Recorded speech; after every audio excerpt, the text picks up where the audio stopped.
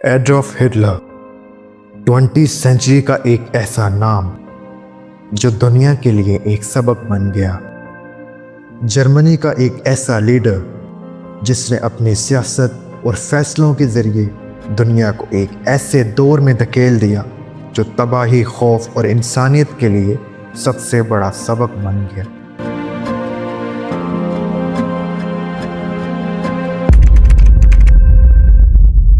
नाज़रीन, Adolf Hitler की पैदाइश 20 अप्रैल 1889 को ऑस्ट्रेलिया के शहर ब्रुनेइमेन में हुई। नाज़रीन, एडोल्फ हिटलर का ख़ानदान मिडिल क्लास था और इसके वालिद अलोइस हिटलर एक सख्त मिजाज इंसान थे। हिटलर का बचपन मुश्किलात और वालिद के डिसिप्लिन से भरपूर था। एडोल्फ हिटलर को शुरू से ही आर्ट का बहुत शौक था, मगर वीना आर्ट अकेडमी में रिजेक्ट होने के बाद हिटलर ने अपना रुख पॉलिटिक्स और नेशनलिज्म की तरफ मोड़ लिया। वर्ल्ड वार 1 के दौरान हिटलर जर्मनी आर्मी में शामिल हुए और आर्मी की हैसियत से जंग में लड़े। जर्मनी की शिकस्त के बाद उसके दिल में इंतकाम का शिद्दत से जज्बा पैदा हुआ। इस शिकस्त के बाद 1920s में हिटलर नाज़ी पार्टी में शामिल हुए। हिटलर की स्पीचेस लोगों पर गहरा असर छोड़ती थीं। 1993 में हिटलर ने जर्मनी के चांसलर का ओहदा संभाल लिया। उसने अपनी नाज़ी पार्टी के ज़रिए जर्मनी में डिक्टेटरशिप कायम की। हिटलर का प्रोपेगेंडा मीडिया और स्पीचेस के ज़रिए लोगों के दिलों पर छा जाता था। नाज़रीन, हिटलर ने एक नया जर्मनी बनाने का वादा किया जिसको उसने थर्ड रीख का नाम दिया। 1939 में हिटलर ने पोलैंड पर हमला करके वर्ल्ड वार 2 का आगाज़ किया था।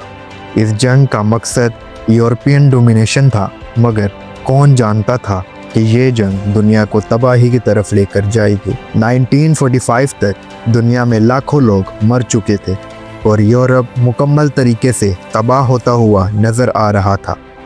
हिटलर का सबसे मनफी किरदार होलोकॉस्ट था, जिसमें 6 मिलियन से भी ज़्यादा यहूदियों को मौत के घाट उतारा गया। नाज़रीन, अप्रैल 1945 में अलाइड फोर्सेस यानी अमेरिका, ब्रिटेन, फ्रांस और सोवियत यूनियन की फौजियों ने जर्मनी को हर तरफ से घेर लिया था। बर्लिन, जो नाज़ी रजीम का मरकज़ी शहर था, तबाही का मंजर पेश कर रहा था। शहर में हर तरफ बमबारी, आग और शिकस्त का मंजर थे। इसी दौर में एडोल्फ हिटलर ने अपना आखिरी पनाह गुजार यानी फियर बंकर को अपने रहने की जगह बना लिया था। यह बंकर बर्लिन के चांसलर के मुकाम के नीचे ज़मीन के अंदर था और हिटलर के हिसाब से वफादार साथियों का आखिरी मराहिल तक साथ था। 30 अप्रैल 1945 को जब सोवियत फोर्सेस बर्लिन के करीब आ चुकी थी और बंकर के ऊपर गोलाबारी सुनाई दे रही थी, हिटलर ने फैसला किया कि वो जिंदा हाथ नहीं आएगा। उसने अपने सबसे वफादार साथियों को बुलाया और अपना फैसला सुना दिया। उस दिन हिटलर ने अपनी रिसेंटली शादीशुदा बीवी एवा ब्राउन के साथ अपने बंकर में वक्त गुजारा। एवा ब्राउन उसके साथ पिछले कई सालों से साथ थी और इस मुश्किल वक्त में भी उसका साथ नहीं छोड़ना चाहती थी। उस दिन हिटलर ने अपनी रिसेंटली शादीशुदा बीवी एवा ब्राउन के साथ अपने बंकर में वक्त गुजारा। हिटलर ने साइनाइड का कैप्सूल इस्तेमाल किया और अपने सर पर गोली मार के सुसाइड कर ली, जबकि हिटलर की बीवी एवा ब्राउन ने भी साइनाइड का जहर खाया। हिटलर ने पहले से ही अपने साथियों को वसीयत की कि उनकी लाशों को जलाया जाए ताकि उनका कोई निशान ना रहे और वो किसी भी पब्लिक ह्यूमिलिएशन का शिकार ना हो सके। हिटलर और एवा ब्राउन की मौत के बाद उनके करीबी साथियों ने भी उनकी लाशों को बंकर के बाहर ले जाकर पेट्रोल डाला और आग लगा दी। सोवियत फौज जब बंकर तक पहुंचे तो उन्हें अधूरी जली हुई लाशों के अलावा कुछ ना मिला।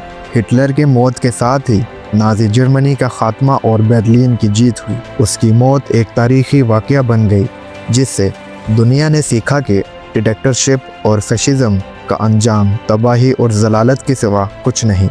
एडोल्फ हिटलर की मौत ने नाज़ी रजीम का खात्मा तो कर दिया, मगर उसकी आइडियोलॉजी का असर आज भी दुनिया के कुछ हिस्सों में महसूस होते हैं, जो इंसानियत के लिए एक दफ़ा फिर नफ़रत और रेसिज्म से दूर रहने का पैगाम देते हैं। मैं उम्मीद करता हूं कि आपको आज की ये वीडियो भी बहुत अच्छी लगी होगी और ओपन पॉइंट को सब्सक्राइब करना मत भूलिएगा। इसी के साथ मुझे इजाज़त दीजिएगा। मेरा नाम है नासिफ फारूक और मिलते हैं आपसे अगली वीडियो में। अपना बहुत सारा ख्याल रखिएगा। अल्लाह हाफिज़।